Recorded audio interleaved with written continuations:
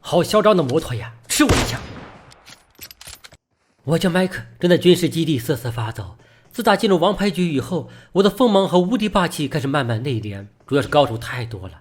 例如楼上的这位，他一个人包围了我们4个，逼得我们大气不敢出，二门不敢迈，太憋屈了。哎呀，他要攻上来了，我和你拼了！在我和队友的合力下，他还是逃了出去。但他头顶的红帽子令我印象深刻，刚开局就遇到一头红，貌似不太吉利呀。我得想个办法把他打成绿烟。他在疗伤，这声音绝对瞒不了我那2000元的耳机，拼一把。他就在上面了，好紧张，我能赢吗？他有一挺大盘机，我想作为高手，他肯定会跳下来。成功了，感谢他的红帽子，让我在刺眼的阳光下精准地识别出了他的脑袋。咦，谁打我？我迅速回转身来，原来是一个萌萌的小可爱，这是给我送装备来的。不错不错，满满的收获。对了，想起个事儿，这貌似是极限追猎模式，我还一件外骨骼都没有，得快去找个车间造一件。哇塞，你瞧队友飞得多高兴，好羡慕呀！最近的车间在桥头，赶紧过去。一路奔波劳累，我们来到了制作车间。我迅速打开生产目录，价格很美丽呀，但幸好我的材料足够，大手一划全部买了。所以现在我也是一个身穿机甲的男人了。对了，再拿点弹药。一切收拾妥当，我们3人高高兴兴奔向前方。只看这外骨骼的厚度，就有一种满满的安全感，在其助力之下，似乎跑起来都没那么累了。哇哦，帅呆了！来到桥头，我们找到一辆大牌轿车，我们小队只有3个了，这可是我们存活下去的希望呀！但就在此时，一辆杂牌越野引起了我们的注意，他这算是撞到枪口上，倒霉的孩子！想跑晚了，兄弟！看到了吗？实际战场瞬息万变，前一秒你可能还在意气风发，后一秒可能就是粗糙的盒子一个，现实就是吃果果的如此残酷。不过更加残酷的是，刚舔完包的我们竟然遇到打劫的，一名队友瞬间倒地，我火速驰援。我想这应该就是老辈人常说的报应吧。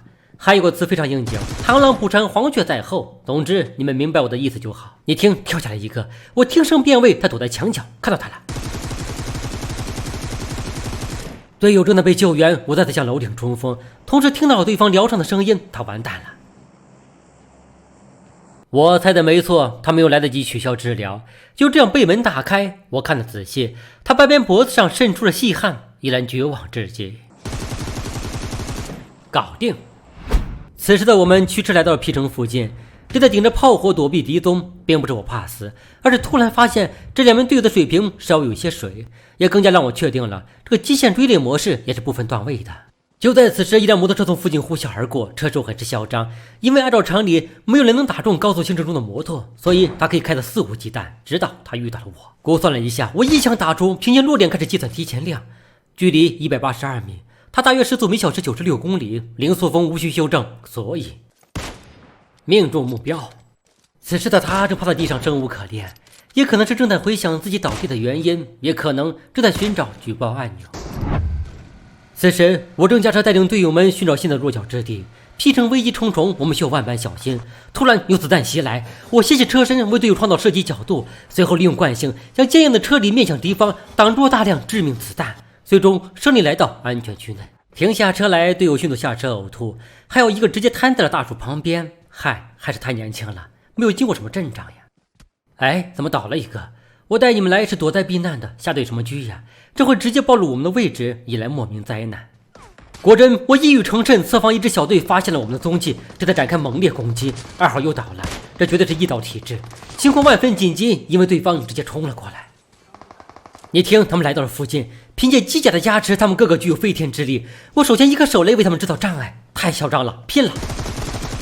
他飞起的一瞬间被我打落在地，但他队友也很给力，这样连环的攻击之下，我甚至都没有换弹时机。我空卸了，趁他们救援我冒险疗伤。你听，又来人了，我怎么感觉自己在打单人4排，这甚至都不如单人4排。最后1秒了，坚持住！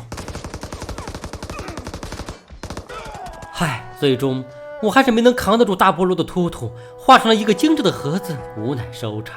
我是麦克，我还会回来的。